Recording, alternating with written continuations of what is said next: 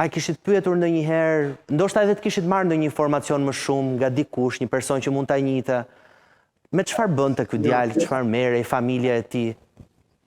Në thjesht ishim një largë. Se e rënde i largën. E mashtrove gjithmonë, një largë. I thoshte bën 2 korso shkollë, që njeh 2 korso, ai Universitet. E kuptoj. Dhe ju i keni shumë gjën. ju kishit besim edhe tek në një farë forme zgjedhje e vajzës tuaj, në aspektin. Po. Kur si ka qenë ai takimi i parë me autorin e ngjarjes? E mban mend zonja Gzima? E mbaj mend. Ne erdhim, bëni qik model, flisshim për Ilarian, kështu bote se kur nuk kishe ndodh asgjë. Pastaj më tha mund të qafoj, tha, edhe unë e përqafova që mos qofsha. Të përqafoj, t'u afrua? Po. Ai në gjithë këtë moment me ju bëri sikur nuk ishte qenë personi që e kishte kryer krimin.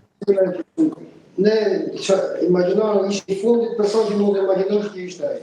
Ma gjatë plotësi që kishte nuk e di, se në jetën atë guzim aq nuk e di. Në asnjë moment nuk ju shkoi ndërmend që ai mund të kishte qenë vrasës i vajzës tuaj.